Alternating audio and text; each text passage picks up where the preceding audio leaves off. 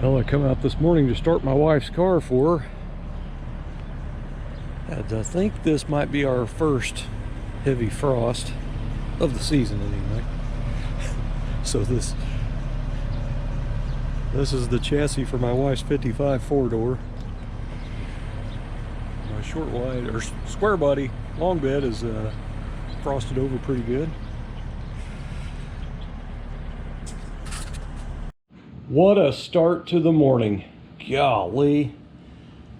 So I hurt my back a little bit because this thing broke on me, and down on the floor I went, wadded up in a ball. I don't know how my dog got out of there so quick.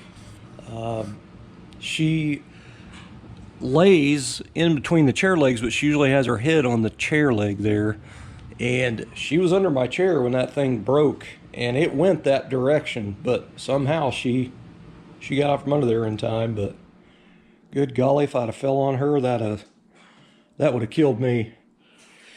But anyway, now I'm gonna have to get a chair, and dang it, that really sucks. I don't want to try to weld this. This is one of them things. I don't know what it's filled with, but it comes up and down and all that stuff, and it's broken around there, and I don't want to put any heat to that and attempt it, because I don't want that thing to explode or something stupid, because be my luck it would. The other part about it is when you got a, just my opinion, when you got a big spot like this that 200 pounds is going to be in, and you got this little bitty thing that you have welded, it's never going to be as good as it was when it was new as one piece. You're going to have a welded area, and it's probably not going to hold anyway, and I'd probably fall down again, and if it breaks and I fall down again, a dog might not get so lucky next time. So I'm going to set this out for the trash guys tomorrow morning, and I hope they take it. But it was kind of a cool chair. I bought it, I don't know, 6 or 7 years ago. It looks like a racing bucket, but it has woodland camo on the side, which I'm not really into that, but it's the way it was when I got it. But anyway, it never was really super comfortable. It's not that thick padded, so I am kind of thinking about, which would be a little bit harder for me to get in and out of, but I'm thinking about using this recliner. Anyway, I just might use that for now. I just have to figure out how to get a heavy recliner all the way down to the end of the hallway into my computer room with all the car parts in it. So anyway, what a start to the morning. You ready to go? All right. Somebody is ready to go.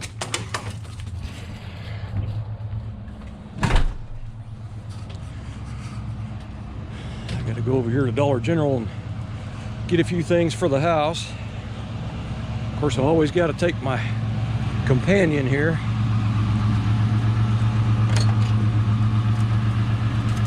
Well, there you go, fatso. Oh, she's playing it off cool like I didn't see that. What are you doing? Come on, man, let's go. Let's go. You can get up in there. Come on. Come on, you can do it. Oh, you scared of it now? Come on, dude, come on. Let's go. Let's go, man, you can do it. Get up in there. There you go. Need to lay off the dog treats, man. All right, so I brought Kiki down here to the Rogers Point Park. I do that sometimes to kind of let her just run around and be a dog for a little bit. Anyway, this is the Verdigris River here, and that is the turnpike, I-44 over there, and then right here is Route 66. Now, right over there, that direction, I don't know, another, I don't even know, 3/4 of a mile, maybe half mile, I don't know, is the Blue Whale, the roadside attraction in Catoosa, Oklahoma. But anyway, this is a park I usually bring her to because it's close to the house and she's got plenty of room out here to run. I usually drive, trying to be a fairly responsible pet owner. I try to drive down here in the very back of the park, and that way I don't have to leash her and she can just kind of run around. She does kind of listen to me, I guess, a little bit, but anyway, I just kind of let her run around and be a dog and do what she wants to do. And Boy, she gets excited. She knows when I turn the turn signal on, she kind of knows where she's at. She starts going crazy and digging at the dash and everything. She's so happy. So I got to tell you, I don't know what I'd do without a dog. I've had a dog since diapers. I actually learned how to walk holding on to the fur of a collie. So anyway, I've had a dog pretty much just about every day of my life since. Anyway, I'm a dog guy. I'd probably have a cat too, but my wife is allergic to cats, so we have tried to have a cat. It just didn't work out. It was her eyes were swelled up and stuff, but looks like there's a little bit of fog out here on the river, but I'm not going to get you all much closer than that. And it's into the sun, so I don't know if it's messing up the shot or not, but I'm not some fancy video guy. But anyway, I thought you guys might want to see something like this, a little personal stuff, I guess, for a couple of minutes of my car build videos. As soon as I get back, I'm going to start working on the 4-door again, so get that thrash carried on. You about ready to go? Huh? Well, I got a video of that. That's pretty cool. So just a stick on the ground, but look at the frost. Looks like little bitty needles on there. Man, that's cool. I am an easily amused redneck, let me tell you. All right, guys, it is Monday, December 20th, 2021. Today marks day 6. I'm working on my wife's 55 4-door for a new 30-day thrash, just to try to get it a little bit further along.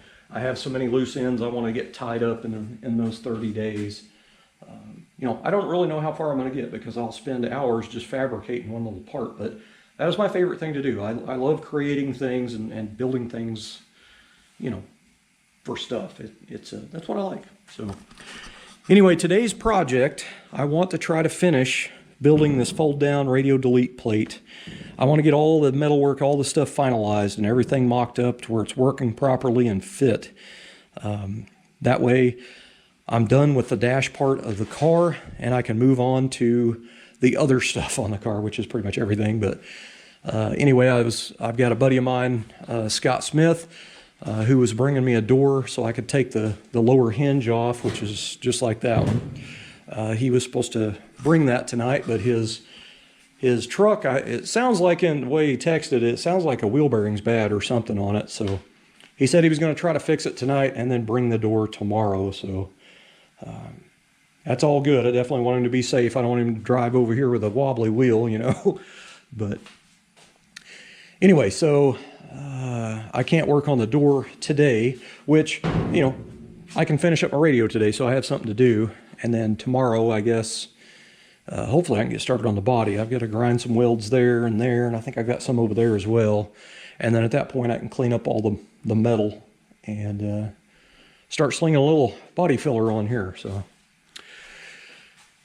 I still need to remove that door over there and work that corner, and I may do that today because I think I'm probably just a couple hours away from having the radio part done. But anyway, I showed this in the video last night where I had it kind of mocked up here and it hinges down, but I have lots of finish work to do. I have to thin these brackets out here a little bit. But anyway, I had these radio delete plates. They have an insert in the back, and it's folded over kind of like a door skin. It's folded over to lock it in, and when you remove that, it makes these really flimsy. So I've definitely got to put something back in here. But when I tried to remove it the first time, since I've never done this before, I basically treated it like a door skin removal. I took the roll lock disc to the edge until it showed up that it had split.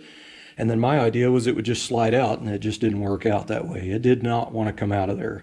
So what I ended up doing was I sliced it with my cutoff wheel, and at that point I put a screwdriver in there and forced it upwards to kind of make it turn into a triangle and pull it out, which ended up being a lot more work to get it dug out of there. But I ended up, my cutoff wheel almost went through in this area here. So I'm going to go back and weld that area up and then grind that. And I've taken a piece of sheet metal here. This is This is pretty thick stuff. Not sure what gauge it is. Anyway, this is the exact thickness of this fold, so and when it goes in there, it's exactly the same. So I'm just going to completely tack this up until it's fully welded, then grind it all smooth, and this will appear one piece. It's going to make it a little bit heavier, which is going to keep it from being so flexible because it's so thin without a back on it, but it might also be too heavy for that little magnet, but maybe not. So I'm almost thinking now maybe I better go get another one of those magnets that I showed last night. I'm almost thinking about going to get another one. This thing is pretty stout, but I don't know if it's stout enough for that. So I may go get another one and then put 2 tabs on it so it has magnetism on both sides. But anyway, lots of tedious work to do here, but hopefully I'll get this done today and that'll be all done. It's kind of funny. I have trays of stainless steel screws and bolts and nuts and all kinds of stuff. Now I usually keep my bigger stuff in these 4 trays here. This is all like stainless steel washers and nuts, and there's Allen head stuff there, and then regular bolts and screws. Oh, actually this is grade 8, so I only got these 3 out that are stainless. But anyway, I've got this rig here that it's got quite a bit of stainless steel in it, but down in this corner I have a lot of the smaller stuff, which what I'm using to bolt that radio hinge plate with the hinge on it is a 632 stainless steel Allen button, and I only had 2. So if I go down here to my local hardware store, they're almost a couple of bucks a piece. I think they're $1.69 or something for one little 1/4 inch long 632 screw. It's kind of a crazy price, but anyway, so just on a whim, I went in there and got on eBay and looked around, and I found 100 pieces, which I didn't want that many, but it was the only ad I could find for 632 1/4 inch long little button head stainless steel Allens. Buy it now, $7.29 or something with free shipping. So by the time the checkout was over, it was like $7.79 or something. So for a few bucks more, I got 100 pieces, and I know I'll never use them all, but you know, in case I do another fabrication project requiring 632s, I'll have them here. But anyway, I'm just glad I looked, because you know, I'd have to drive my old rattling engine square body down there to the store and then pay tax and all that crap. So you know, fuel savings and all that, kind of a better deal really. But anyway, so I got the hardware coming for that, and then some, we'll say. But I doubt I ever use 100 632 stainless steel Allen buttons, but we'll see. Anyway, I'm kind of ready to get back on the body side of this thing and get it finished out. I've still got a lot more sanding to do, a lot more body filler work to do, but I'll get it. Now, I want it to be pretty straight, but anyway. So I'm going to get started today, see how far I can get. Hopefully I can get some. It's nice to finish one project, at least one project, so hopefully I can get the radio knocked out. But anyway, my buddy Scott was supposed to bring me a door tonight, so I can get the hinge off of it, because this one's been overextended. He is not going to make it tonight, so he's hoping for tomorrow, so which is fine, because I have plenty of stuff I can do before I finish that door. And the reality is I'm pretty much over messing with these doors anyway, you know. This is it turned into a mess, and this door is going to take probably about the same amount of work as that one over there. I'm going to have to end up grinding all the back of the door off and then clamp it, re-weld it, grind it, and file it to get a little bit wider of a gap. But yeah, it's got to be done. I want the doors to fit pretty nice on the car. So anyway, guys, I'm going to get to work. All right, so I've been doing a lot of work on this thing, and I've still got lots more little spot welding to do, but I wanted to pretty much double check everything. I've got a piece of sheet metal that's kind of thick fit in back here, but I got to go back and still finish tacking in all these little craters that I missed. But